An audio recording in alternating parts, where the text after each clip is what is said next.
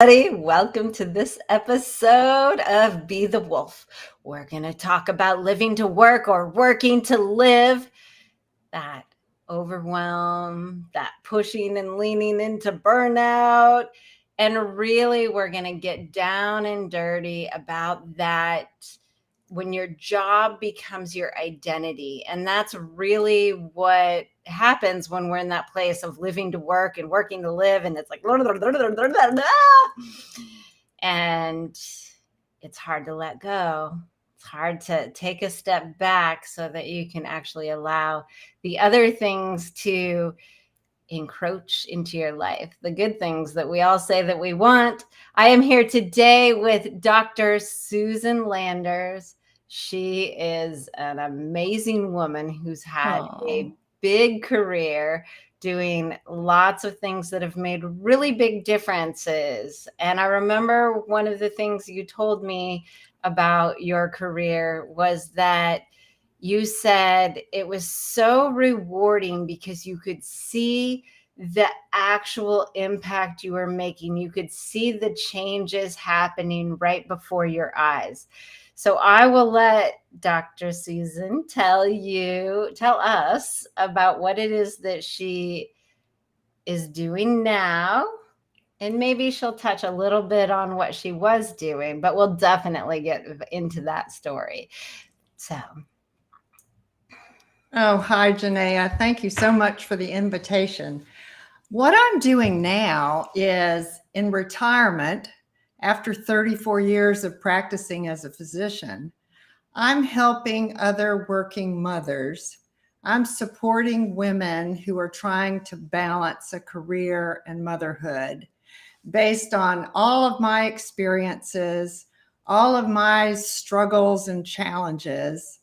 I am active on social media. I have a newsletter. I have a newsletter on LinkedIn. I post there frequently.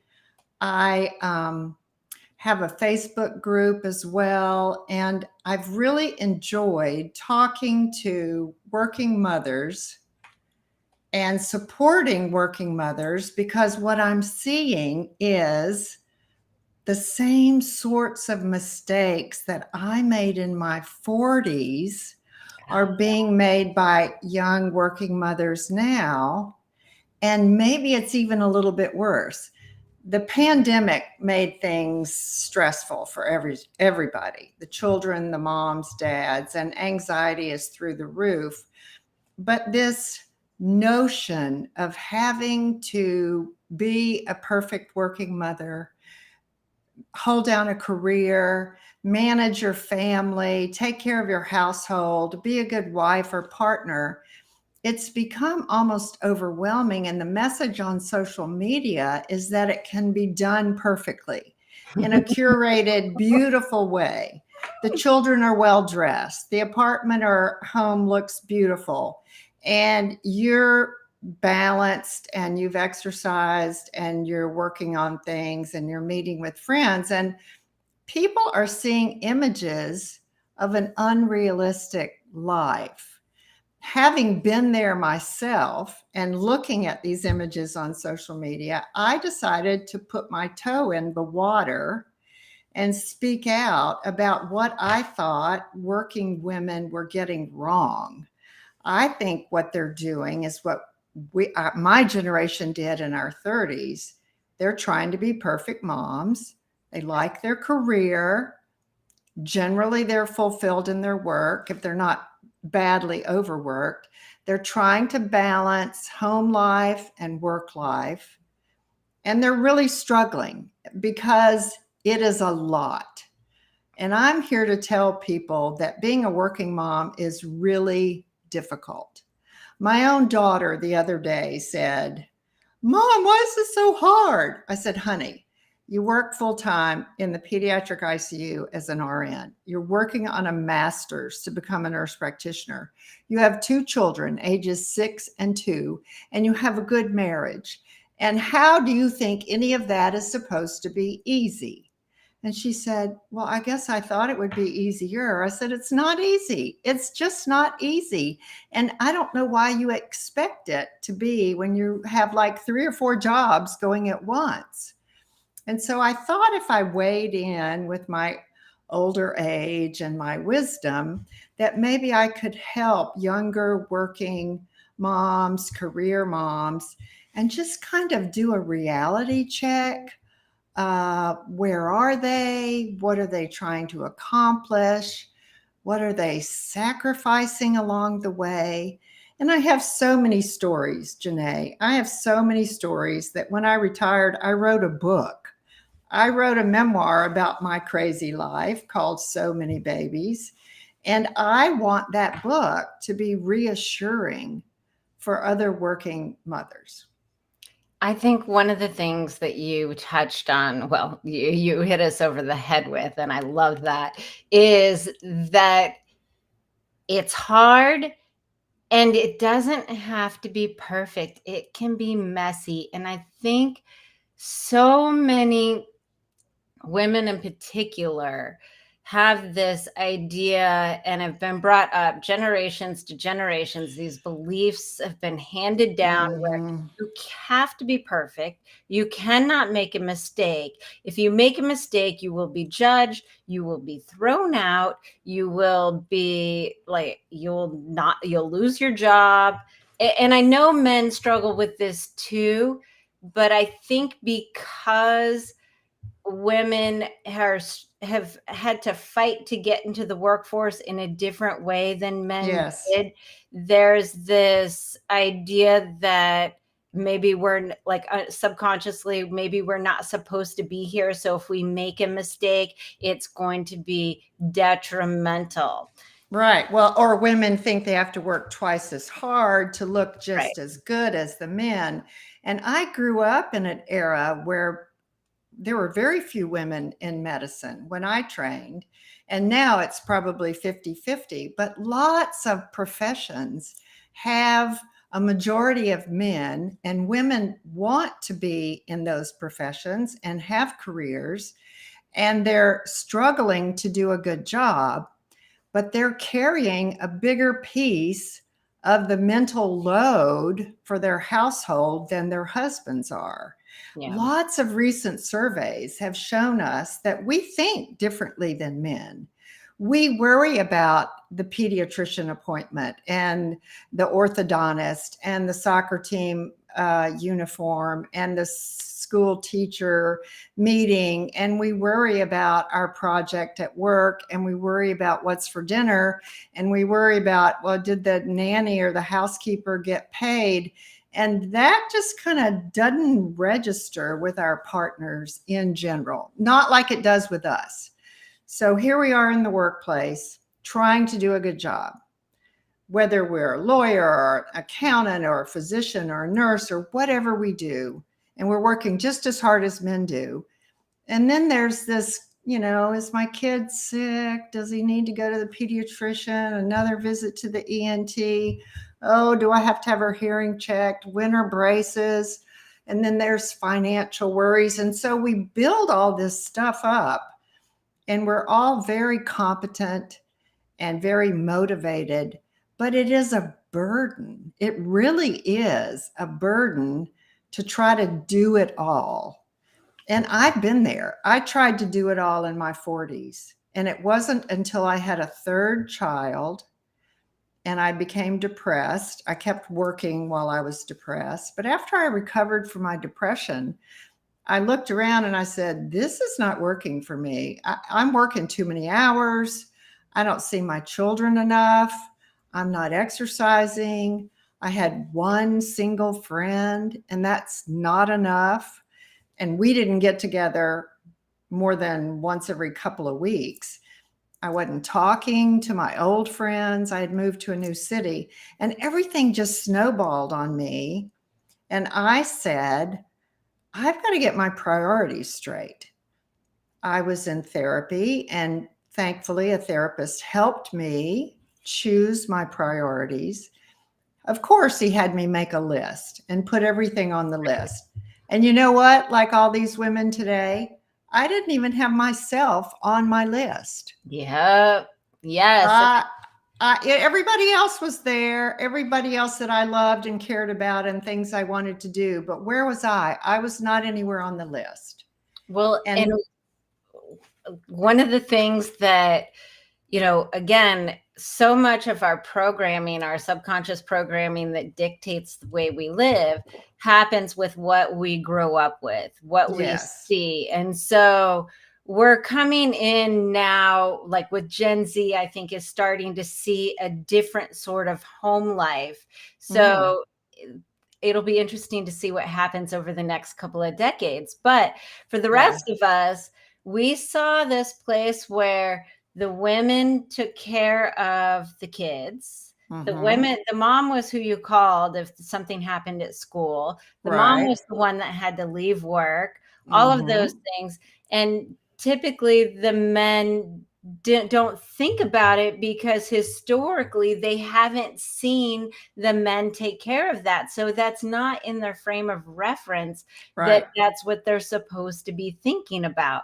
But as women, you're supposed to be thinking about that. Plus, you want to have some autonomy and some value of doing, serving a purpose and providing and adding to the world in that way. So now you've got this one job in the back of your head, and you've got this current job that you're doing. And you're absolutely right. Across the board, women have been taught to be caretakers because they were the mm-hmm, caretaker of the family, mm-hmm, take care of the people when they're sick, the children, mm-hmm, the husband mm-hmm, when they're sick. Take care if you're a secretary or a nurse. This is something that blows my mind. As mm-hmm. women, previously, women were allowed to be teachers, secretaries, Nurses. and nurses. So the message that sends to the world and anybody looking upon it is that women are only trusted to care for people who are sick and Or to children. educate people. Right, Right, right, yeah, they were not trusted to actually have responsibility and make the decisions. They were only able to make those decisions if someone was sick or they were a child. right. Well, now things are different, thankfully. Yes. I Thank mean, you. you walk into a hospital room and you've got a 50-50 chance of having a woman be your surgeon. So, or a law firm and the woman is an attorney. So now we're everywhere. Right. And we've put our foot in the career doors. We're professional women, we have full-time jobs, and we're still being the caretakers. Right. We are still taking on that burden of doing everything. I think back on my mother, who was an elementary school librarian. So she left the house when we did to go to school. She got home later. There was a housekeeper that had us do homework and cook supper. Then she came home, and my dad got home afterwards. But my mom did not go to any school plays, any sports team functions, she did go to piano recitals, but she didn't go to things in my life the way I have been attending to my children's lives. Yeah. And on purpose, I said, I want to be a part of my children's lives. And so here's this one half of me. Oh, I'm a doctor. I'm in the NICU. I'm taking care of sick patients. And the other part of me is I'm a mom and I want to be a part of my 3 kids' lives. I want to be there when they fall down if I need to pick them up, or work with the teacher, or work with a tutor, or talk to the doctor. And it is really difficult to do 2 things at once. I Yeah. mean, it's impossible. And we all try to do it. When we think about it, we say, yeah, you're right. It's impossible. You can't have a sick kid at home and not worry and go to work and work as a nurse on the surgical floor. That's impossible. Your sick kid is in the back of your brain, and then you're taking care of this patient. Women do that all the time. We're always worrying about something. I don't know if it's attached to the X chromosome or what, But I have never talked to a career mom, a full-time working mom, who doesn't worry about her children during the day, or her spouse or partner, or her elderly parents.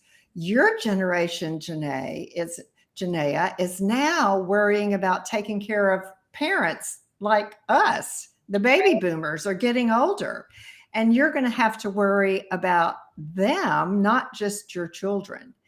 And so Well, we've yeah. And it's a really funny thing too, because a lot, I'm Gen X, so a lot of us Gen X's didn't really have our parents at home because they were the kind of your generation above was the first yeah, yeah. generation that was working a lot. And so, we were left home to fend for ourselves.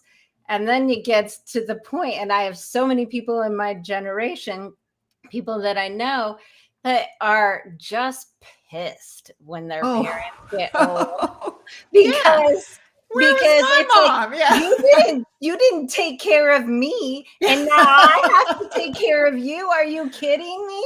Like, Oh, I hadn't I thought get about that. I get that you have to put food on the table and you had to do all those things. I understand that.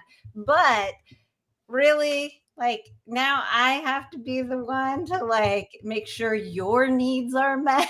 Oh, wow. I hadn't even thought of it from that perspective. And I just went through this with my own parents, who were both in their 90s before they died. And I felt a little resentment. It was like, I'm driving over to this other state, talking with doctors and housekeepers and caregivers, and I'm taking my time off to go take care of my parents. And it's hard. It's really, really hard to do that and have a full-time job. Well, and you said your mom was not there at all of the events and stuff. So you probably grew up with kind of some of that Gen X sort Yeah. of feeling. Yes, I did. I did. I did. So you were working really hard, and you said that you were like, your job was your life, and Yes. you had that place where you hit the depression. You started Mm-hmm. working a therapist. Mm-hmm. She had you do the, make the list. Make the list, choose your priorities. Make the list. And what did you discover when you made the list and like really looking at your priorities, what you wanted versus what you have? I was in academic medicine at the time, doing clinical research and teaching, working for a medical school. And I decided that all of my research projects, I had a couple of papers in the work and a couple of journals interested in what I had written, but I decided all those projects were not as important as spending time with my family and having a decent personal life. I mean, it had wore me down to a nubbin of a person. And I was working 10-hour days and taking night call once or twice a week and not seeing my kids and working on weekends. And it just was so much that I said, I've got to choose. Do I want to have a family and still be a physician? Or do I want to be some famous academician? Because I knew I never would be a famous researcher. I guess I thought I could be. And so I abandoned that. I said, okay, I'm just going to be a good doctor, because I knew I could do that. And I took a reprieve. I left the NICU, the neonatal ICU, and I went to work for an HMO as a medical director for 2 years to kind of get my head screwed back on right and spend more time with my family and imagine myself a physician executive. And we did some fun travel, and I took some courses on how to be, a physician executive. And it was very alluring, but it wasn't being a doctor. And Mm. so my husband and I decided that in order for both of us to be happy, we were going to move to another city and get jobs where both of us could be in private practice. He's a pediatric nephrologist. I was a neonatologist. I got back into clinical medicine and absolutely loved it. I worked in a practice I joined a practice of 9 men who all were married to stay-at-home moms. And so the first year I had to kind of literally break them in to family issues. They wanted to start at 7 in the morning. And I would say things like, wow, it's really hard to get here at 7 a.m. because I have to get up at 6 and leave the house at 6:30, and my kids are not even fed and dressed and on the bus. Can we please start at 8? And they agreed. They listened because they all had children too, and they Right. liked that change. And then we started talking about vacation and scheduling, and we started talking about leaving work in the middle of the day to catch something at the kids' school. And they liked the changes. But Uh-huh. I had a big mouth. I was one of these people who said, wait a minute, if you guys want to be good dads and good doctors, don't you want to see your kid in the school play? Don't you want me to cover for you while you take that afternoon off? And so we did some give and take, and they learned to be family friendly. And within 2 years, I love this story. One of the senior partners stood up in a meeting, and he was kind of, always begrudging changes, but he would go along with things. And he stood up in a meeting and he said, I think we need another woman in the group. I've really liked the changes that we've made to our group. Wow. I was in heaven.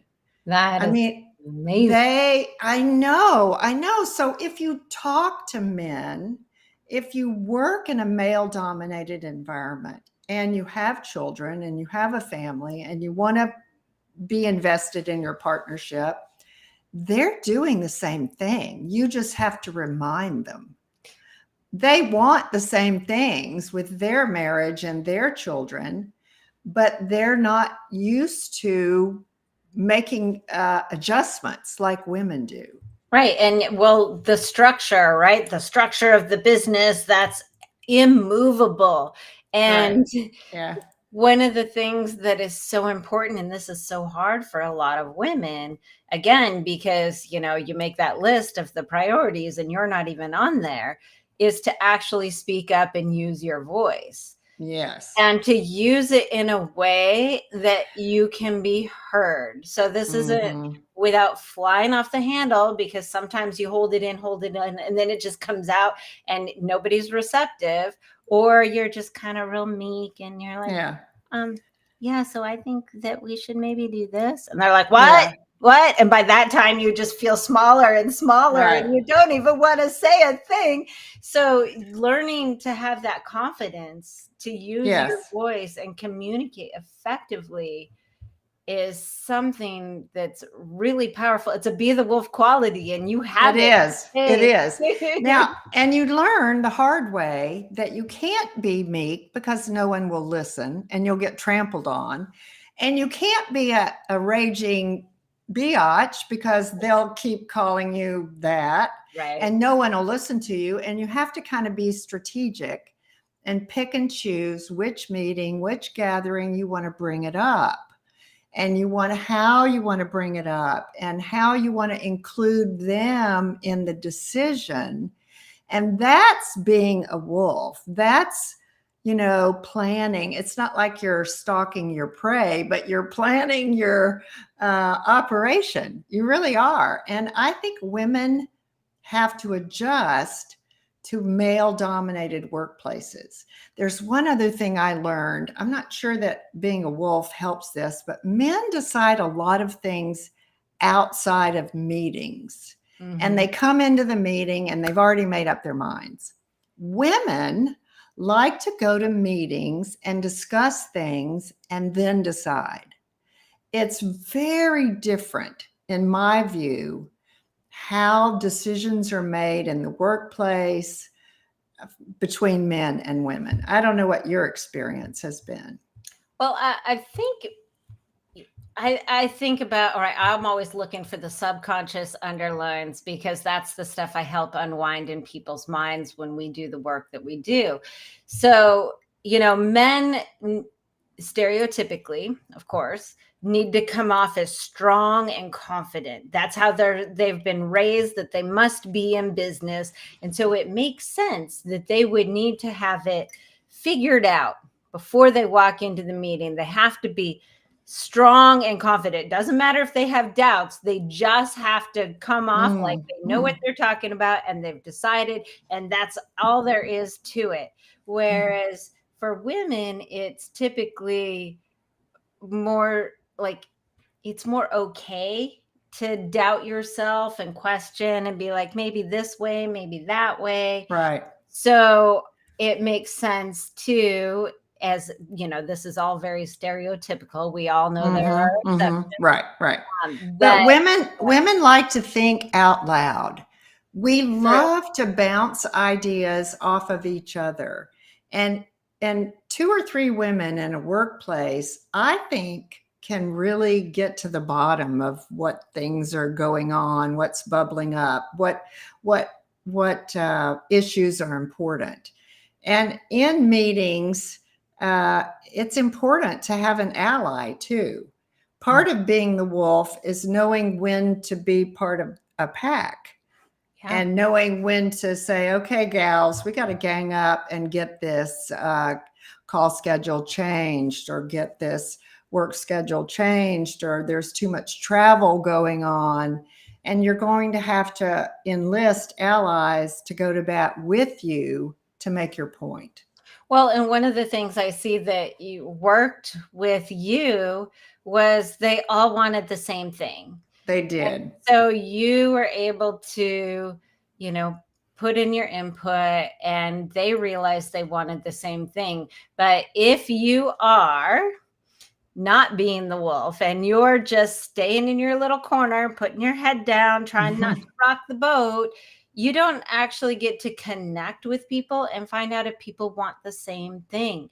I was Right. just reading an article today that was saying how management thinks that there is greater job satisfaction than ever, like that employees are happy.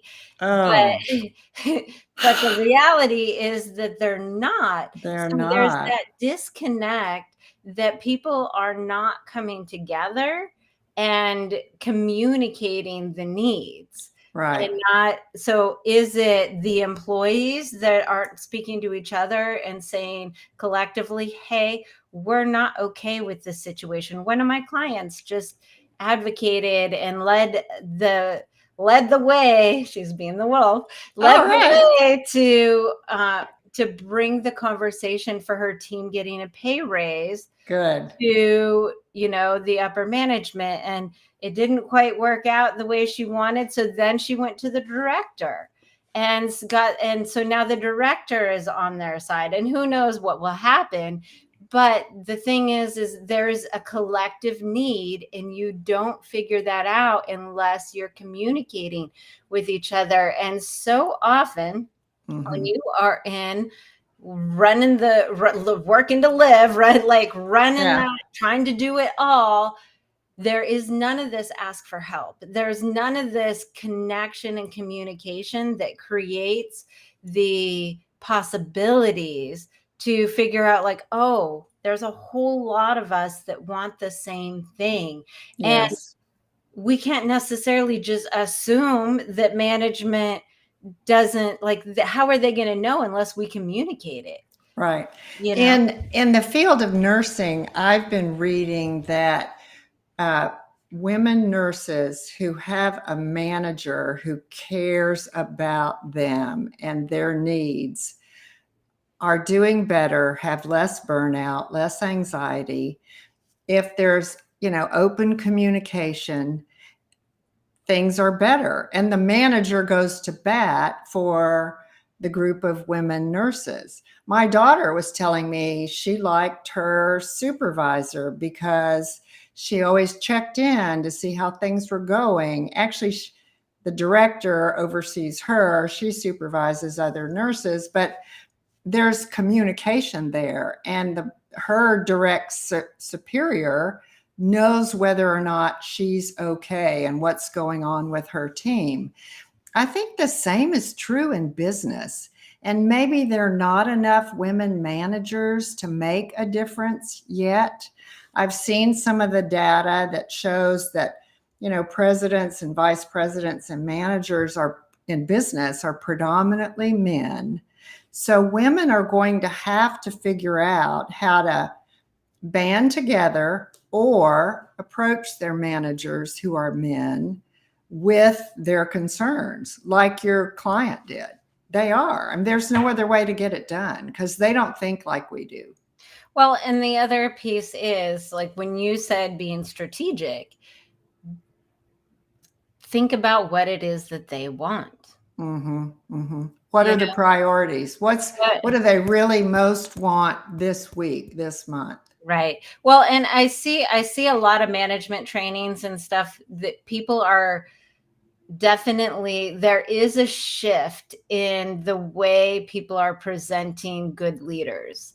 Good. And I know there's this Simon Sinek story that he tells about this guy, a barista at the coffee shop at the Ritz somewhere, and he said something to him is like, oh, how are you today? Oh, great. And he asked, Simon Sinek asked him and said, something about, do you love your job? And the barista was like, yes, I love my job. And anyway, they go on to have a conversation. Evidently, he works somewhere else and he Uh-huh. doesn't like his job there. And he's a very different person, not as friendly, not as open. And the difference was, so Simon Sinek asked, well, what are they doing here at the Ritz that they're not doing at this other place? Uh-huh. And he said, well, my managers walk around every day and they check in on me. They say, do Mm-hmm. you need anything? How can I help? How's everything Right. going? And so it was that I care Yes. moment that made him happy to do his job. And I've had well over 20 jobs in my lifetime. And I had two great bosses and they did the same thing. They cared. Right. It felt like they cared about my personal life. Now they were both tough as nails when you didn't do your shit. Tough Right. Right. as nails, but they cared. They cared what was going on in your life. They cared about you and they took the time to show it every day by having a personal connection, personal and Yes. but still professional connection Yes. with you. I agree. I've had some bad bosses, some great bosses. The worst boss I ever had was a guy who listened to me tell him that my nanny was having trouble working more than 50 hours a week and that I needed to change my schedule. And he looked at me, I kid you not, and he said, maybe you need to hire a weekend nanny too. And I said, that is not the point. The point is, I'm working way more hours than we agreed I was going to and taking way more call. He was totally unsympathetic, totally unsympathetic. And that was one of the reasons that I left clinical medicine. And then when I went into private practice, my boss was a family man, an old friend. We had trained together, and he was willing to listen to any suggestions that I had. And that practice grew from 9 men and 1 woman to 10 men and 10 women Wow. currently. And so, and the women like to say, oh, you braved the way for family friendly practices. And I said, well, maybe I did, but I felt like I just let the guys know what we needed, what we needed to think about, how we needed to be a practice together. Because in medicine, practices are kind of like family. Mhm. I mean, you work with these people every day and you're in the ICU and you're busy and you're taking care of patients and some days you're up to your elbows in alligators and you know each other really well. And so making those kinds of decisions in the calm, collected conference room later then becomes easier because you all work together so closely. But I had a great boss in that situation. He was receptive to any possibilities, anything someone wanted to do that was better, more effective, more efficient. He would listen and he would say, fine, okay, go work it out and bring it back to me after you figured it out. Well, and the big thing about that, and this goes for any kind of leader, if you want to be a good leader, if you all are listening and you are up for promotion, you want to be a good leader, the most important quality that you need is to have a high self-esteem so that you do not take things personally. Mm. Because the fact that you just said, he said, okay, you go work it out, Right. means that his value, his worth isn't on whether that thing works or not. He can let you have the reign to do that. He can relinquish the control Right. because he has the confidence enough in himself as, a partner, a leader, to be able to let go of the control. And this is one of the big things that a lot of us women are doing. Why we're burning out is because we feel like we have to control everything. Oh, yes. We are so into fixing problems, taking control, being Right. responsible. And that's fine, but we're not the only people in our workplaces who can do the job. But Exactly. you know what we're really good at? We are really good at connecting with others. And Hmm. I think part of being the wolf is figuring out how to bring younger women, more timid colleagues, women who are not as outgoing as you are into your orbit so that you have an ally, you have a colleague at work, you have a support person at work. I have never had a job without a support person that I was successful in. I Mm, was never successful in any job unless I had support people, friends, people I had worked with and I trusted. And I bet that's the same in law, in medicine, in nursing, in business. So when we get together and support each other, it's a reality check, it's a boost to our confidence, it's strength in numbers, it's more brains working on the solution. right. There's no downside unless the group gets too big. There's no downside to having colleagues and friends at work. It's incredibly important to your well-being. You can Mm-hmm. survive another day in a terrible job if you have support and connection. Mm-hmm. And I love what you said about, if you're the one that has the confidence, pull the people that are maybe sitting on the sidelines under your wing, connect with them, because one of the things about that particular client I'm talking about is she's talking to a lot of her coworkers, and they were scared to rock the boat, they were scared Oh. to say anything.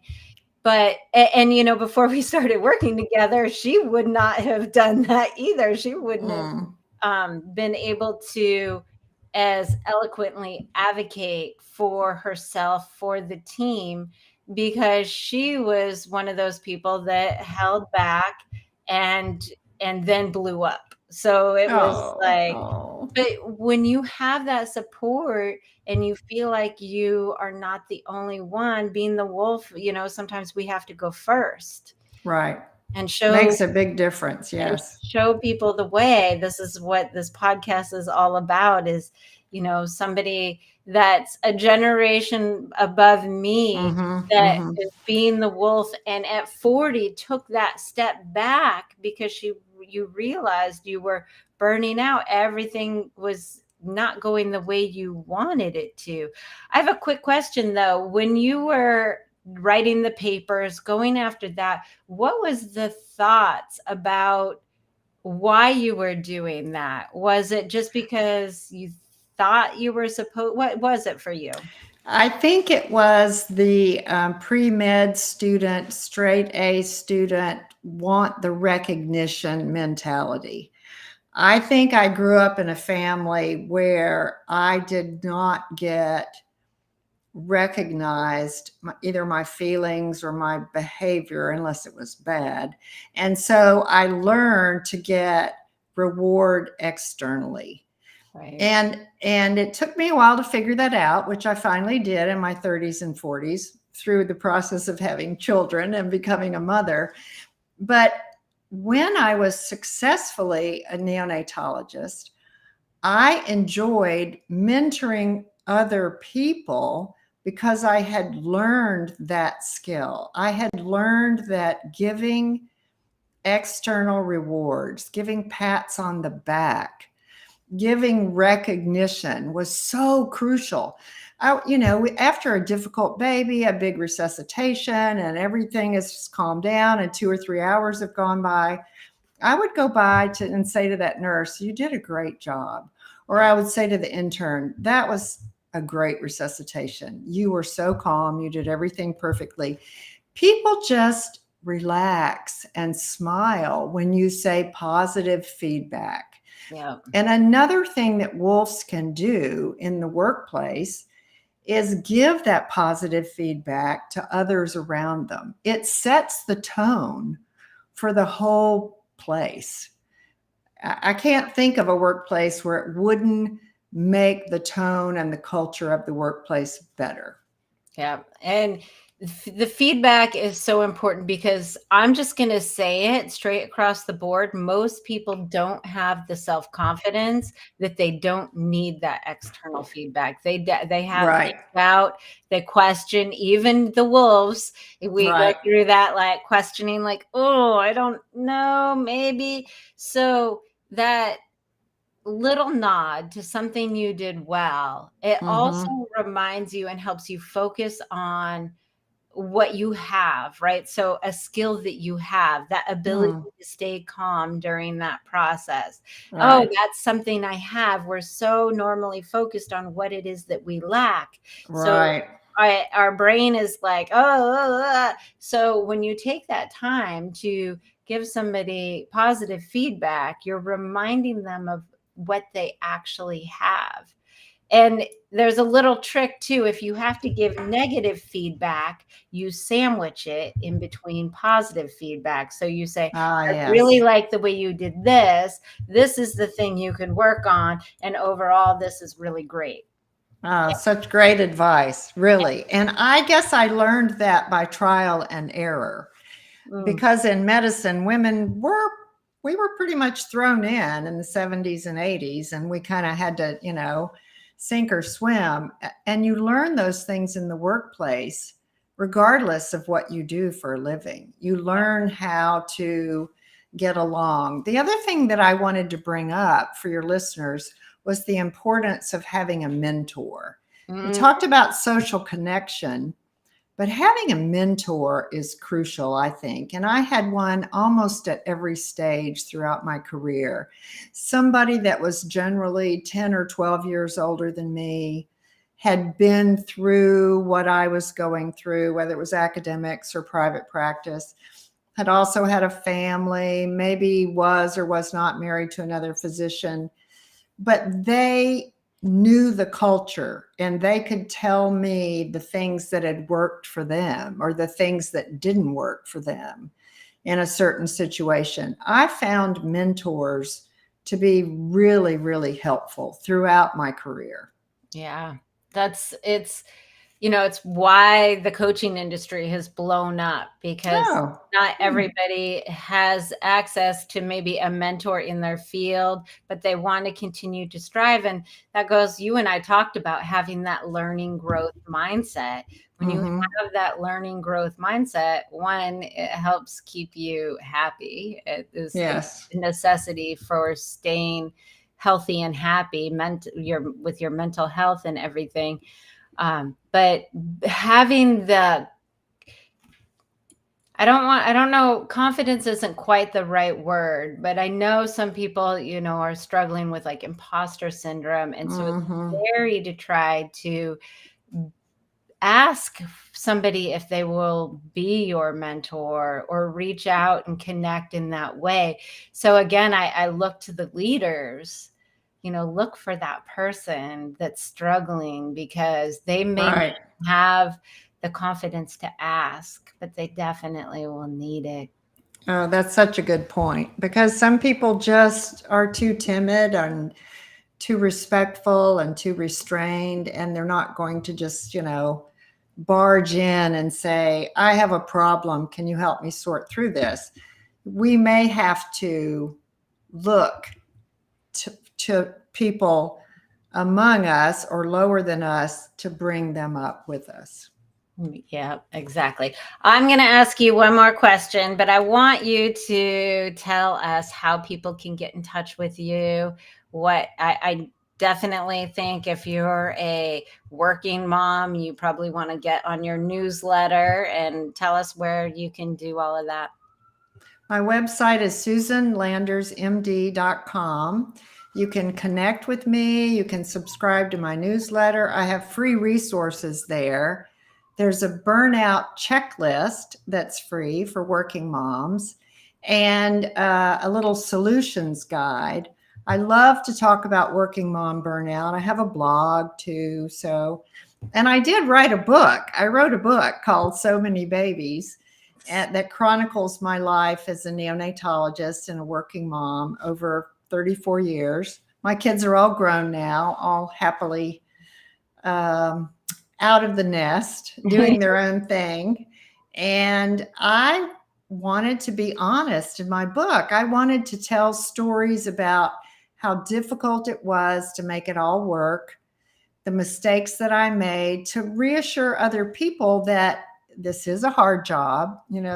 Women take on a lot these days, and it's not easy. And we're not getting the support that we need from other humans. We're getting a lot of our support from social media, which doesn't feel quite as good. Sometimes it's harmful. Sometimes it's even harmful. And then we're isolating ourselves. And so I wanted my book to just be one more thing that would be reassuring to somebody who's trying to do it all. And I confess that the first half of my career, I was work to live. I was my work. I was a typical baby boomer. I am a doctor. I am good at this, and I'm going to go do this. And I can do everything. And of course, you learn you can't do everything, and you pick and choose the things you can and cannot do. And I ended up not being a perfect mother. I was still a good doctor, but I ended up being a good enough mother. Mm-hmm. And I talk in my book about what that means, what it means for me and what it means for younger women. And I've had a lot of really good response from other women about this concept of being a good enough mother. You're working, hopefully you're fulfilled in your job, hopefully you like what you do, and you're not with your children all the time, but you're there when they need you. And you manage to make it to most of the things in their lives that are important and most of the things that you want to be a part of.